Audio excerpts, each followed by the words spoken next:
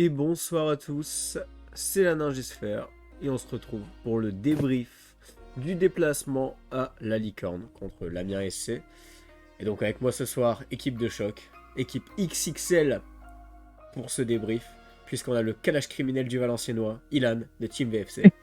Salut tout le monde, salut XXL à l'image de notre beau parkage samedi. Sauvage. Voilà, merci. Avec moi, on a ce cher Jürgen, toujours avec les lunettes cœur. Plus que jamais, bonjour à tous. On a aussi Larry Bambel, l'homme le plus charismatique de France et du Hainaut. Larry.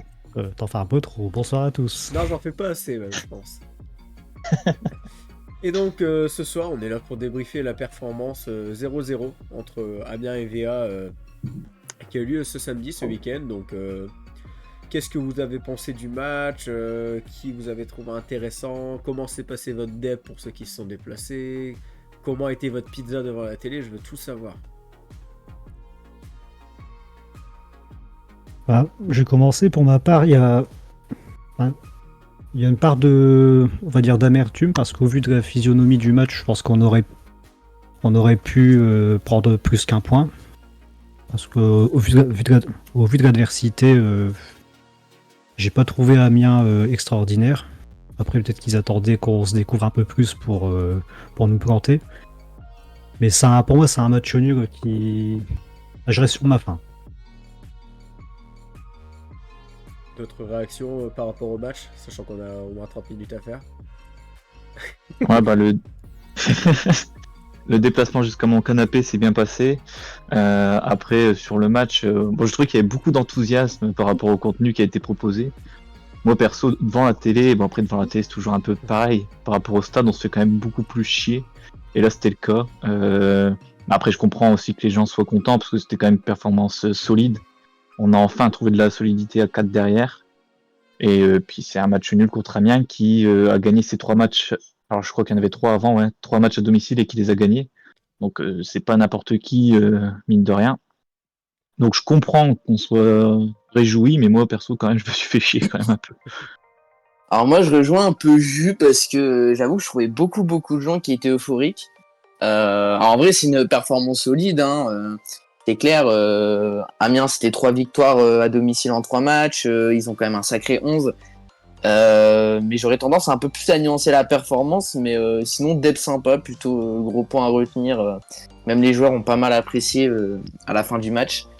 Donc en effet, match plutôt solide sur l'aspect à 4 derrière, et ça rassure. Mais sinon, je trouve que dans le contenu offensif et l'animation, c'était encore assez pauvre.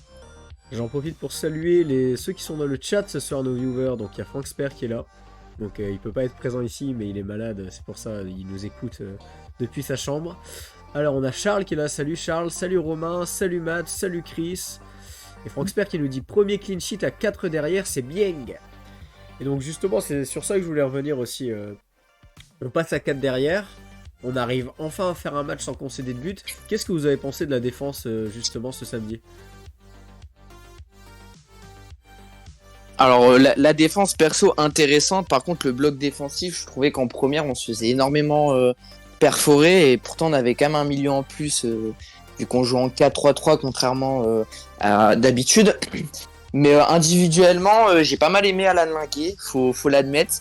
Il a quand même fait un gros match, je trouve. J'ai beaucoup aimé Boitou et Mort aussi en défense. Woudenberg, à l'image de ses autres matchs, tout passé de son côté. La plupart des occasions amiénoises, elles viennent de son côté, donc compliqué. Puis un grand Jean Louché dans les buts, même s'il n'a pas eu énormément de travail à faire, il sort 3 parades de mémoire, les 3 qu'il fallait sortir, quoi. Ouais, en fait, sur le système A4, là, on commence enfin à trouver un semblant d'équilibre. Donc ça fait plaisir.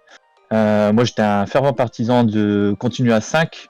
Mais quand on a vu le match de la semaine dernière à domicile, là pour le coup, on voyait vraiment que l'animation offensive c'était 0 de chez 0 pour le coup.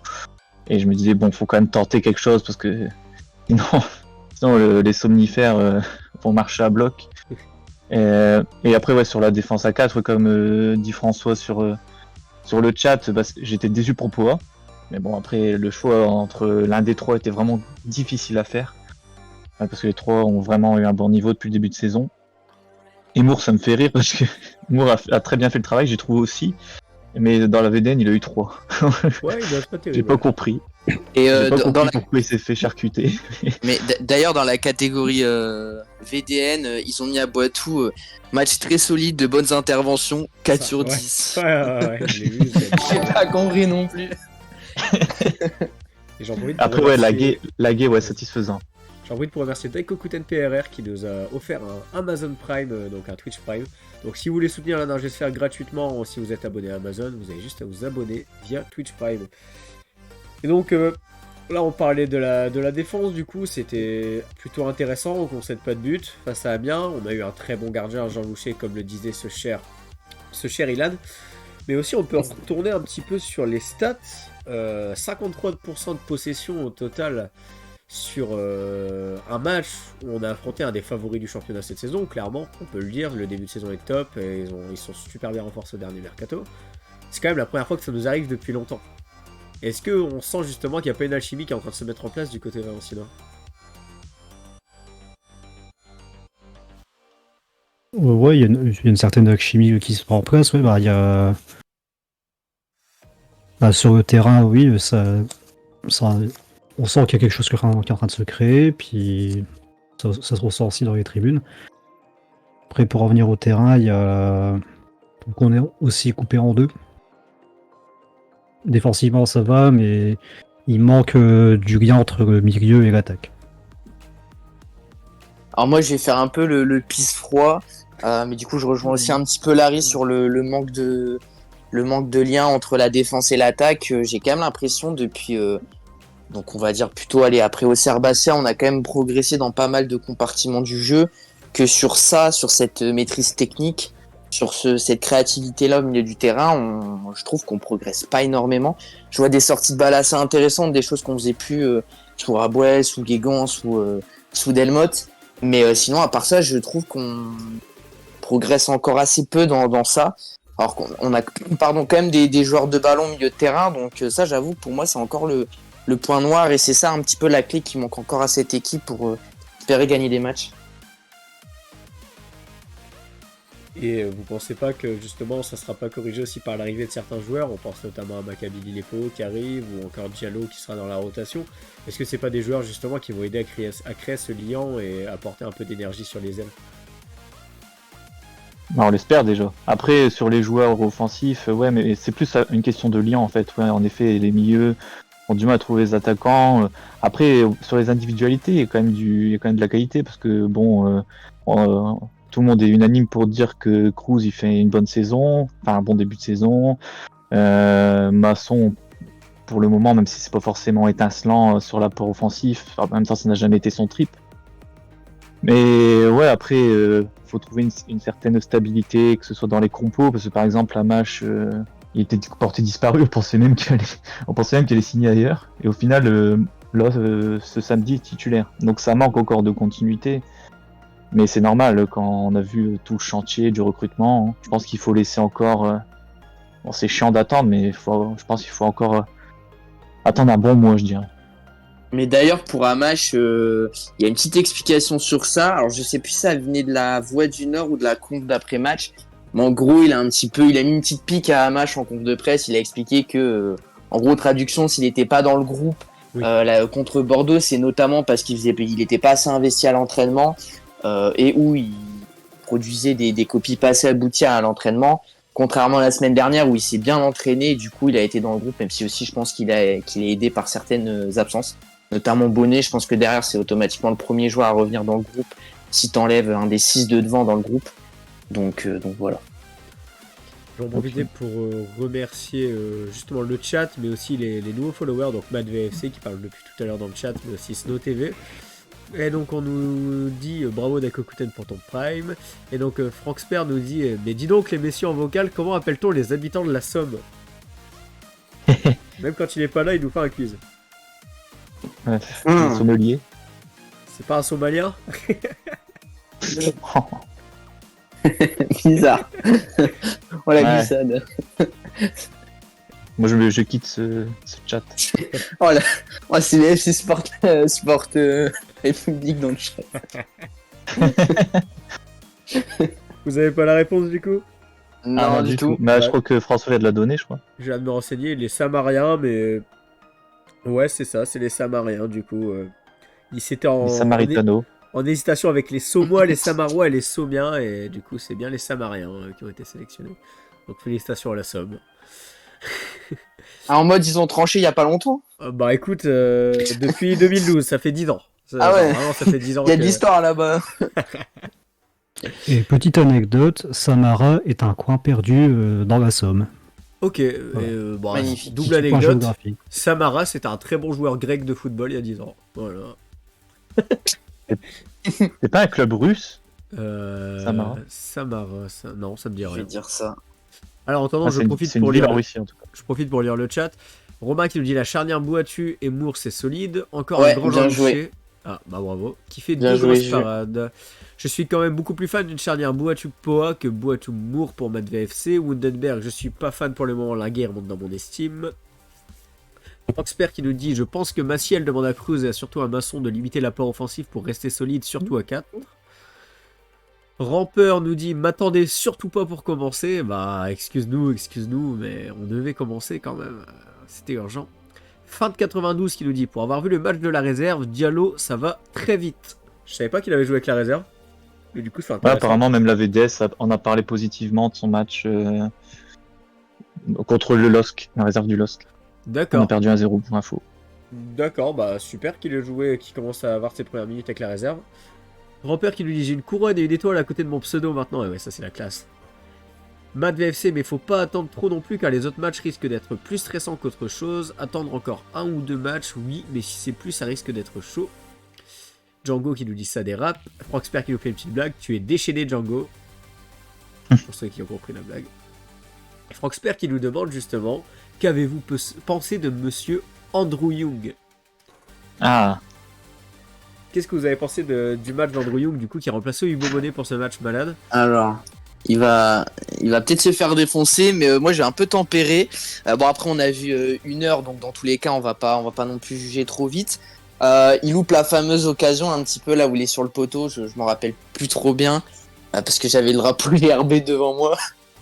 mais sinon moi dans les courses je le trouvais plus intéressant que Bonnet. J'ai l'impression que dans ses courses en première mi-temps, ces quelques courses, les appels étaient bons, étaient bien, il était pas toujours lancé au bon moment. Il avait pas toujours le bon ballon dans les pieds, mais je trouvais que dans les courses, c'était un peu plus réfléchi que Bonnet, qui a tendance à un peu plus courir et se dépenser inutilement. Mais après, ouais, c'est compliqué de juger son match parce qu'il a très peu d'occasions. Mais il nous confirme en tout cas que Bonnet ou pas Bonnet, le poste de numéro 9 au VFC actuellement dans ces dispositions-là, c'est assez compliqué quand même. Hein. Ouais, compliqué. Et bon, moi je suis d'avis de persister avec lui, par exemple, demain, quoi, pour le match contre Concarneau. Mais ouais, il a fait un match transparent, en quelque sorte. Et puis l'occasion qu'il rate, bon, il y a quand même des choses à lui reprocher, dans le sens où il suit pas vraiment. Bon, après, il se fait prendre par le rebond, mais c'est quand même une occasion qui est difficilement manquable, ou en tout cas qu'il doit beaucoup mieux exploiter. Et ouais, c'est vrai que au final, c'est plus qu'un problème de Bonnet ou un problème de Young, c'est un problème d'animation offensive et de trouver le buteur et le mettre dans des bonnes conditions. Même si on l'a vu, il avait pour le coup une très bonne condition, mais c'est beaucoup trop rare encore. Beaucoup trop rare pour avoir un numéro 9 qui plante au cours de la saison. Donc du coup, c'est vraiment mitigé pour vous le match d'Andrew Young. C'est vraiment, il y a mieux à faire et ça reste assez moyen, c'est ça?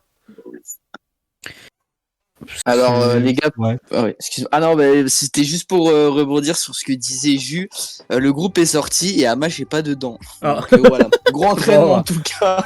Ah bah yes.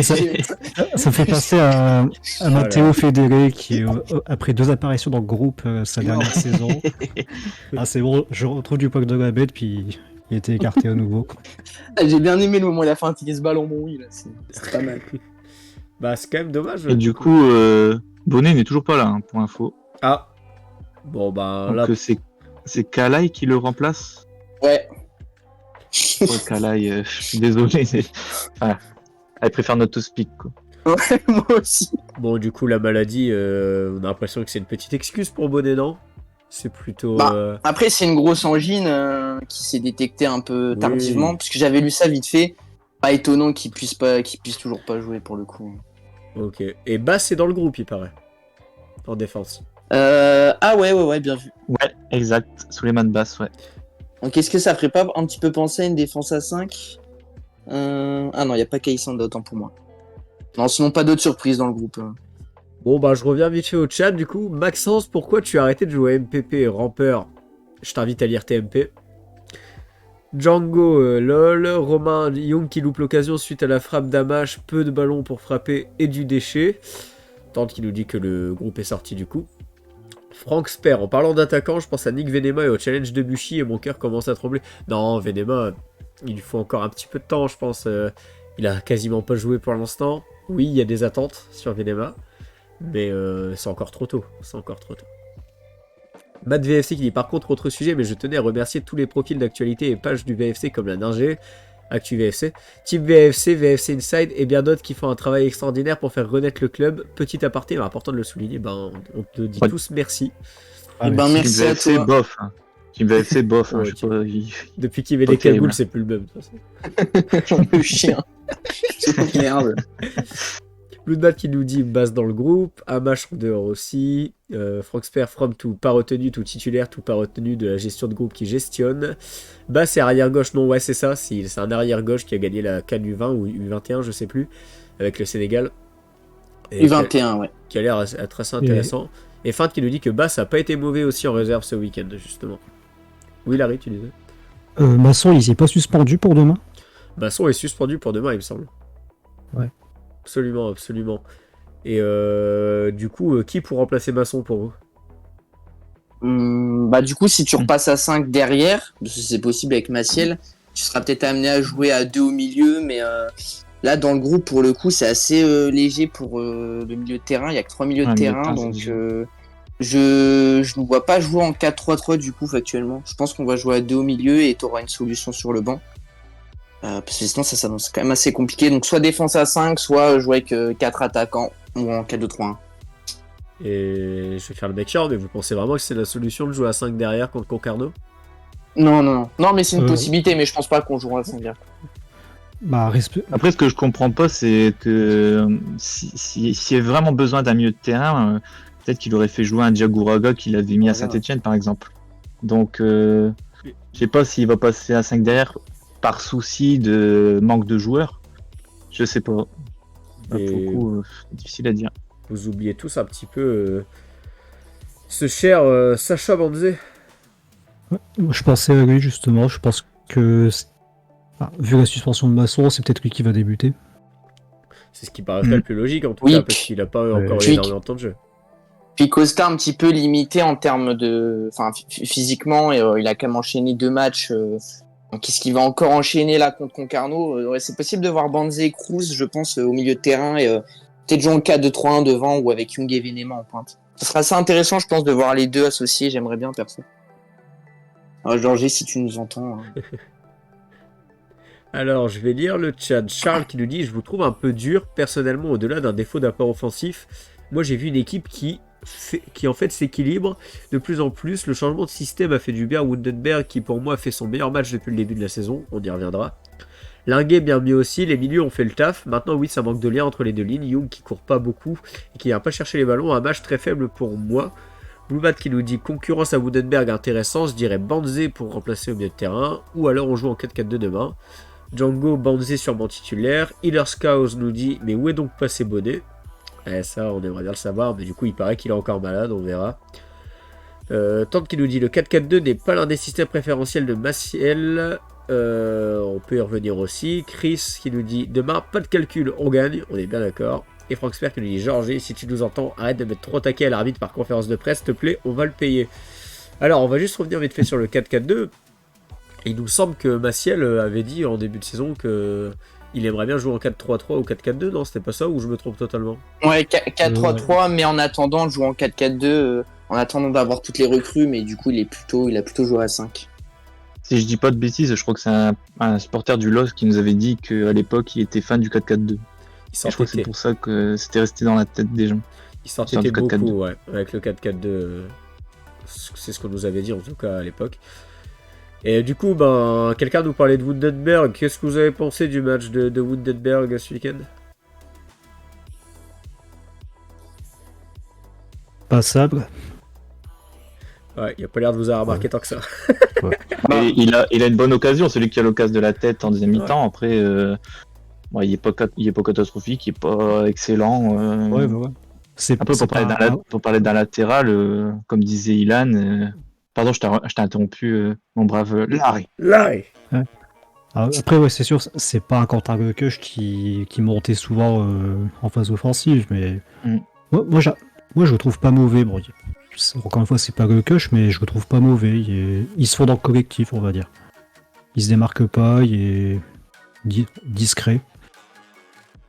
Et ouais, après, je crois que c'est Linguet, pour parler d'un autre latéral. Linguet, en fait, il a plus de liberté offensive parce que, en fait, il faut un latéral qui monte, un latéral qui monte pas. Je crois que c'est ça dans l'esprit de. Ouais, c'est ça exactement. De Maciel. Après, moi, j'ai un petit souci, c'est que justement, tu dis qu'il monte pas, et c'est vrai, mais j'ai quand même l'impression que la plupart, notamment contre Amiens, ça passait toujours de son côté, les offensifs amiénoises. Corchia a fait quand même un sacré match sur son côté.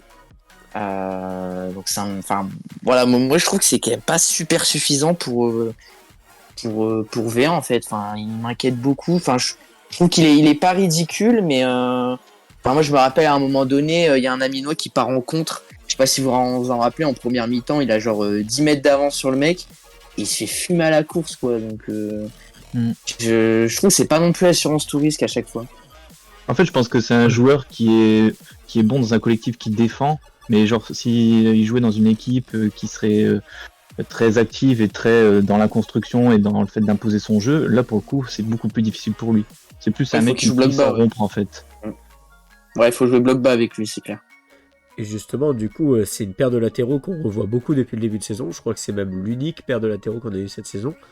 Est-ce que vous les avez préférés à 5 derrière ou quand ils étaient un peu plus bas à 4? Après à 4 c'est encore un peu tôt pour le dire dans le sens où on trouve seulement l'équilibre, donc ce sera jugé un peu plus tard si on arrive à garder cet équilibre à 4. Après non, je trouve celui qui s'est dévoilé un peu plus sur ce match-là et ce match précédent, je le répète, c'est Linguet. Linguet pour le coup, on va un peu anticiper sur l'homme du match, mais moi j'aurais mis Linguet pour le coup. Offensivement pour le coup il l'a apporté, il était vraiment c'est limite un élément indispensable dans les constructions offensives. Donc j'ai bien aimé son match. Quand c'est mauvais, faut le dire. Je pense qu'on l'a assez dit. Et quand c'est bon, faut le dire aussi. Ok. Offensivement, il a fait un sacré match hein, pour le coup. Il a régulièrement passé son vis-à-vis. Comme tu l'as dit, on le défonce assez souvent à juste titre. Hein, son objectif. Mais là, il faut le signaler aussi quand c'est pas mal. Il aime bien jouer à Amiens. Bon, je vais lire le Ouais, chat. c'est vrai. Je vais lire le chat rapidement. Bloodbat qui nous donne sa composition idéale avec un Knockaert titulaire, Bututaou, Venema Young devant. Avec un 4-4-2 du coup. Ilarsko qui lui dit que Knockaert, impossible qu'il soit titu. C'est vrai qu'il est encore un peu léger physiquement. Charles qui nous dit qu'il voit bien un 4-3-3 avec la même charnière. Venema en 10, Amash, Bututaou sur les ailes et Young devant. Frank Sper qui nous dit que on est plus à l'aise quand on est à 4 et qu'il n'a pas à faire des passes. Ramper nous dit Wundenberg pas ouf mais meilleur que sur ses dernières sorties. Vaughan nous dit Alevea, et tu as bien raison Alevea.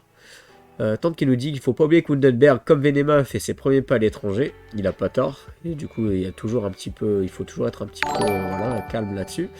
Romain qui nous dit léger, mais je trouve mais pas extra. Bon, voilà, il est correct sans plus pour lui. Hippo, salut Hippo, ça va?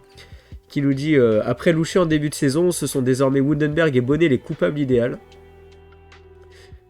Moi j'ai défendu Loucher corps et âme. Je sais pas si je suis prêt à reprendre une défense de Wundenberg et Hugo Bonnet, mais on en rediscutera plus tard. Django qui nous dit de toute façon c'est pour ça que Maciel a pris Wundenberg, c'est pour avoir un latéral plus défensif pour contrebalancer avec un linguet qui monte beaucoup. Charles qui nous dit moi j'aime pas du tout la charnière à 5, Wundenberg c'est pas un piston, il est pas capable d'attaquer et défendre en même temps. À 4 il est bien meilleur, on a vu Linguet bien meilleur aussi à 4 derrière. Je remercie Jules qui s'est abonné avec Prime, merci beaucoup. Et Frank Sper qui félicite Jules aussi dans le chat. Bon, pour le côté un petit peu fun, moi j'ai envie de parler d'un joueur de l'équipe adverse pour une fois. C'était une des premières d'Andy Carroll avec l'Amiens SC. Ça vous a fait plaisir de voir Andy Carroll sur un terrain de football ou... Ouais, moi je les trouvais pas dégueu dans le 5ème round pour le coup. Le high kick était quand même bien placé. Non, mais ça change. On voit aussi que la Ligue 2 devient de plus en plus attractive sur certains joueurs. Et... Du coup, c'est aussi sympa de parler aussi des joueurs qu'on peut croiser parfois maintenant dans le championnat. Ça a été Tu longtemps. sens qu'il va y avoir une. Oui, vas-y. Pardon. Vas-y. Tu sens qu'il va y avoir une petite période d'adaptation sur l'arbitrage à la française et surtout à l'arbitrage à la Ligue 2 parce que bon là sur ce match, déjà qu'on se faisait chier à la télé, mais le mec l'arbitre il siffle tout, mais ouais. Tout. Le mec, c'est l'impression qu'il doit absolument siffler toutes les 20 secondes sinon il y a une retenue sur salaire quoi. C'est une dinguerie. Comment alors, tu veux que le match un match dans le groupe. Oh pardon, je suis désolé, je pensais que t'avais fini. Non mais vas-y finis. Comment ça dans le groupe? Comment il a été remis? Ils ont fait un nouveau visu. Oui voilà, en fait ils ont refait un... Alors peut-être qu'ils nous écoutent et que c'est un bluff, mais nouveau tweet du CM, Amash est désormais dans le groupe, donc groupe à 19. Il l'avait oublié, bon ça arrive. Il a peut-être fait un bon entraînement à 19h, hein, je sais pas. Et du coup personne n'a sauté, on est d'accord du coup Non, je crois pas parce qu'il a dit du coup les 19 joueurs retenus alors que tout à l'heure il a dit les 18 donc je pense que t'as vraiment juste un match en plus. C'était un petit oubli. Bon, ça arrive. Ça arrive même au meilleur. Et ouais, du coup, je disais, pendant longtemps, ça a été nous justement qui ramenions des joueurs avec un gros nom et qui n'étaient pas forcément des très très bons joueurs sur le terrain ou du moins cramés. Ça a été le cas pendant quelques années. Là, on voit que c'est une stratégie qui se démocratise en Ligue 2 avec l'arrivée d'Andy Carroll. En espérant pour eux qu'ils sont un peu meilleurs, quoi. Mais, c'est toujours intéressant pour le développement de la Ligue 2 d'avoir des joueurs qui arrivent comme ça. Le SGEG influence le monde. C'est précepteur de la chose, en effet, on pourra pas lui reprocher. Ramper qui nous dit j'ai trouvé ça tellement classe de voir Andy Carroll sur le terrain. Alexis qui nous dit salut, bah salut Alexis, t'es arrivé un peu tard là-haut. Proxter qui nous dit Juan Luchas qui a lancé un regard au COP Nord d'Amiens, la tribune nord amiénoise après son arrêt, je vous le conseille messieurs. Tant qu'il nous dit Amash finalement dans le groupe, bah voilà, on en parlait. Frank Sper, sinon Concarneau joue habituellement en 4-2-3-1, donc on va peut-être voir un match de football demain. Et pour contrer le 4-2-3-1, il faut jouer en... Merci messieurs. Au plaisir. On est sur FM ici. Il faut jouer en 4-4-2 les gars, enfin. Et Pablito Escobar qui lui dit, bon sang, bah si, enfin c'est connu, cher Jürgen. Ok, des champs. Non mais sinon Là, j'étais en train de penser justement au niveau coaching, mais Omar Da, faut pas en parler. Putain, mais ce mec, c'est une catastrophe. Vas-y, parlons de Décision ça. contre lui, le match est horrible, quoi. Enfin, ce mec, jamais de la vie, je le veux comme coach à Valenciennes. Hein. C'est un somnifère ambulant. Voyez plein ou notre Omar. Oui, c'était une imitation loupée d'Omar da Fonseca. Ah. Et bah, tu sais qu'avec Zdiek, on aurait pu dire Zdiek, on va dire celui dont on aurait pu prononcer le nom, on vient de faire. On aurait peut-être eu Omar Daf en entraîneur et comme recrue phare, Christopher Rokia.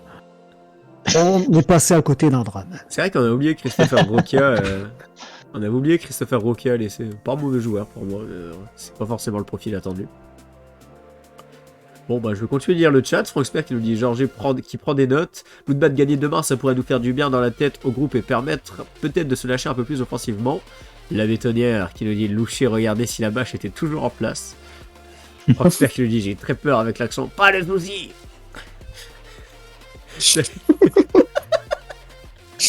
Oula. Oh, les cèpes, ça a vite volé. Hein. C'est l'accent argentin, ça va.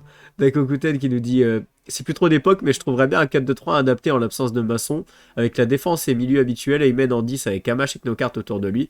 Si Knokart est pas trop cuit avant de le faire, ouais, ça serait bien. Alexei qui nous dit c'est quoi votre 11 type pour le reste de l'année, on va y revenir je pense, et vos notes de confiance sur 10 pour demain, bah justement après on va juste faire nos pronos. Donc du coup ça serait quoi à peu près votre 11 type pour le reste de l'année? À peu près, hein, on vous demande pas non plus de faire exactement ce qu'il faut. Bah, je pense déjà tu peux faire une compo pour la défense et les milieux défensifs, mais pour l'instant sur l'attaque, ce serait beaucoup de projections parce que je pense que tout le monde dans un 11 type mettrait Knokert, mais ça reste encore hypothétique. Donc on a une base dans les buts, on a une base en défense et au milieu, mais tout ce qui est animation offensive là, moi perso je me risque pas un 11 type pour l'instant, il n'y a pas d'11 type. Personne d'autre? Alors moi je joue en 4-4-2, vive le foot, hein, j'en ai marre de la défense à 5, et j'aimerais bien voir Young et Venema en pointe à 2. Young qui a un profil qui fixe un peu plus, qui peut prendre les longs ballons, et Venema qui tourne autour de lui. Je mettrais Aymen et du coup Knokert sur les côtés, avec Ilepo qui peut remplacer régulièrement Knokert, parce que je pense que dans tous les cas Knokert, même au top de sa forme, je pense que c'est un joueur qui pourra pas jouer non plus tous les matchs, 90 minutes tout le temps. Au milieu de terrain, je mettrais Cruz Masson, parce que jusqu'ici, je suis pas convaincu par Costa, mais bon, après, c'est que son deuxième match, donc on va pas tirer de conclusion trop vite. Et puis bon, bah la défense est du classique, Woudenberg, Klinguet. Désolé Poa, j'adore, mais pour l'instant, je laisserai Boitou Moore. Même si pour moi, Boitou et Poa sont les deux défenseurs qui font le meilleur début de saison. Et puis la légende dans les buts, hein, Walouchas, évidemment. Le plus grand gardien de l'histoire de Valenciennes, tu veux dire? Derrière Perkis. D'ailleurs, je vais ouvrir un débat sur ça, mais j'ai l'impression que Perkis, il a quand même pas mal aidé Jean Loucher dans sa progression. Oui. Pour faire une petite ouverture annexe, parce que les deux premiers matchs qu'il fait où il est un peu plus en difficulté, il est évidemment pas aidé par sa défense, mais je pense que c'est pas la seule explication. Il était plus fébrile, il était moins bien sur sa ligne aussi. C'est un gardien qui a jamais été titulaire, je crois, enfin qui a jamais été dans la peau d'un titulaire. Et je pense pas que c'est sans lui manquer de respect Diabaté qui va lui donner des conseils pour progresser. Donc j'ai l'impression que Perkis fait un sacré taf avec Loucher. On est bien d'accord. Avec Jürgen, on avait été voir justement les entraînements, on en avait déjà parlé ici. Il lui avait donné beaucoup de conseils déjà sur comment se placer, sur voilà, tous les trucs de coach assez classiques, mais aussi la communication avec sa défense. On a vu qu'il avait pris énormément de responsabilités là-dessus et qu'il progressait de jour en jour. On a été voir un entraînement au début de saison et après 2-3 matchs avec Jürgen, on a vu une différence colossale. Et le mec, même sur sa ligne, il avait pris en confiance. Et je pense qu'on peut remercier Damien Perkis pour ça. Il faut pas avoir peur de le remercier parce que c'est aussi sa première expérience en tant que coach professionnel, Damien Perkis. Ouais. Et pour l'instant, en tout cas, ça semble assez satisfaisant. On a perdu Jérémy Janot. Après, moi je préfère le professeur Raoul. Mais... ça a été quand même un très bon coach des gardiens, il faut savoir le dire. Mais pour l'instant, sur les 6 premiers matchs, j'ai envie de dire qu'on perd pas au change. Mais pour l'instant, encore une fois, c'est encore tôt pour le dire. Mais c'est vrai que il y avait à la fois une prise de confiance du côté de Loucher, mais aussi au final du côté de Perkis. On sentait qu'il se sentait aussi un peu plus légitime au fil des semaines. Par rapport, bon, après, nous, on peut faire beaucoup d'entraînement, mais sur quelques semaines, on a déjà vu aussi à la fois le joueur et le coach des gardiens qui prenaient en confiance et en communication. Et François dit dans les commentaires, il s'améliore surtout au jeu au pied, et c'est vrai qu'il fait une très belle relance en deuxième mi-temps vers Boutoutaou, qui a souligné, parce que bon, le jeu au pied, on était tous effarés les 2 premiers matchs du jeu au pied de Loucher, donc il y a du progrès partout, donc tant mieux. bon, je vais relire rapidement le chat si vous me le permettez. Du coup, la note de confiance, on reviendra sur les pronos dans 2 minutes. Et alors, Alexei qui nous demande, et Kai Sanda, c'est pour quand, à votre avis? Pareil, on va y revenir dans 2 secondes, on n'a pas grand chose à dire dessus, je pense, mais c'est pas trop grave. Pour moi, demain soir, on se fait soulever, je suis pessimiste, sans raison, juste je le sens pas le match, nous dit Alexis. Alexis qui était bien en forme à Amiens aussi. je me souviens. Perkis a transformé un chômeur en meilleur gardien de la division, le roi. Et il nous dit que surtout il s'améliore jeu au pied, Frank Sper. Kai Sanda facile en réserve ce week-end pour Feinte, qui était du coup qui a observé Bass, Diallo et du coup Kai Sanda. Romain qui nous dit on a toujours eu des bons coachs de gardiens. D'ailleurs, dites-moi si je me trompe, Xavier Henez aussi est de retour avec la première, avec l'équipe première, Oui. non? C'est ça. Donc C'est ça. Xavier Henez, c'est aussi beaucoup d'expérience. Je sais pas si c'est lui qui a apporté beaucoup de choses à Loucher, j'en sais rien. Je ne l'ai pas encore vu à l'entraînement avec Perkis. Mais ça reste quand même un apport de qualité au staff et c'est quelqu'un qui connaît très bien le club. Il faut aussi savoir le rappeler. Il faut rendre à César ce qui appartient à César. Charles qui nous dit Loucher, c'est un mec qui a besoin de confiance pour performer. Perkis a beaucoup de bienveillance envers lui à l'entraînement. Chris qui nous dit le poste de gardien, une spécialité valenciennoise avec de rares catastrophes. Boulbat qui nous dit allez, je me mouille pour demain. Victoire 2-0 de VA. Venema lance sa saison. On y reviendra juste après pour les pronos. Perkis fait un super boulot. Il est très proche de ses gardiens, nous dit Romain. Rampeur qui envoie un petit message à Alexis. Si tu penses qu'on perd demain, tu viens pas à l'appart. Aïe aïe aïe. Le message est passé. Franck Sper, après Concarneau, tu te déplaces à Francis Lebasser où Laval a gagné tous ses matchs. Laval qui est très solide cette saison. Laval a décidé de s'en prendre à ses supporters et depuis ils n'arrêtent pas de gagner des matchs. Il n'y a pas de hasard. Hein. Et Didier était encore une fois précurseur. Mais, mais lui ça n'a pas marché. Le gag influence la France. Chris qui nous dit Xavier est de retour en réserve, il remplace Damien. D'accord, ok, je pensais que c'était avec les pros aussi qu'il était là, Xavier Neuz. Mais enfin, ça reste quand même un très bon recrutement. Pour les jeunes, pour la réserve, avoir un staff avec Ahmed Kantari et Xavier Neuz, je pense que c'est vraiment pas mal. Franck Sper qui nous dit quel championnat de débile. Eh bah bravo Franck Sper. Alexis qui nous dit bon ok Rampeur, on gagne 5-0 demain alors. Toutes les semaines on affronte une équipe du top 5.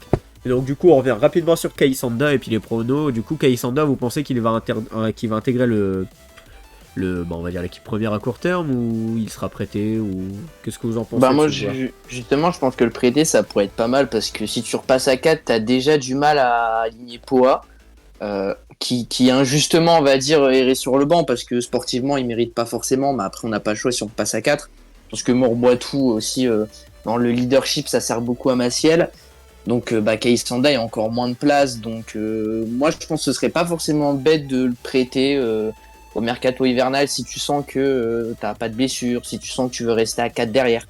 Et c'est vrai que tu peux toujours mettre Tufo aussi derrière, donc franchement le prêter au mercato hivernal ce serait peut-être pas bête. Mais est-ce que tu prêtes un joueur de 16 ans? Parce que je trouve ça un peu risqué. Je pense qu'il doit encore continuer à mûrir au centre de formation. Donc pour moi c'est plus un joueur de saison prochaine, voire de fin de saison s'il y a un maintien et qu'il faut préparer la suivante. Donc ouais, je pense que c'est pas pour tout de suite.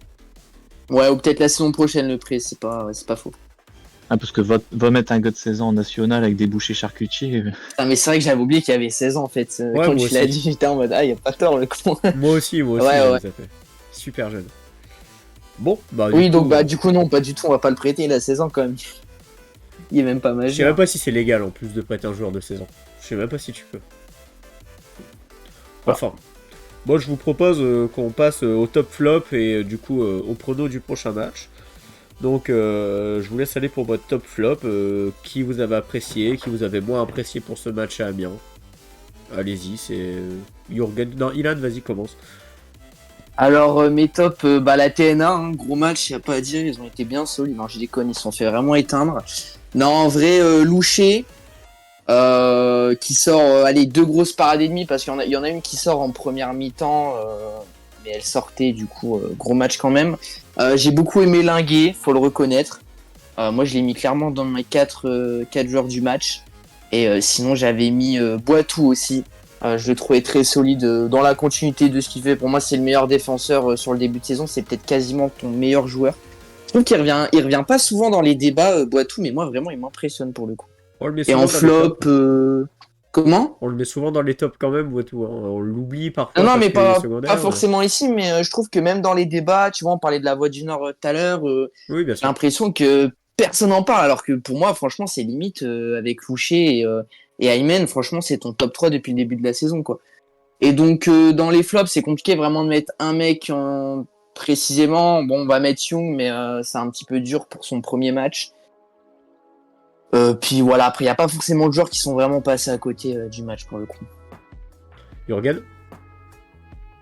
Moi, je vais mettre 2 tops d'encouragement. Encouragement Linguet, qui a été satisfaisant, faut le dire.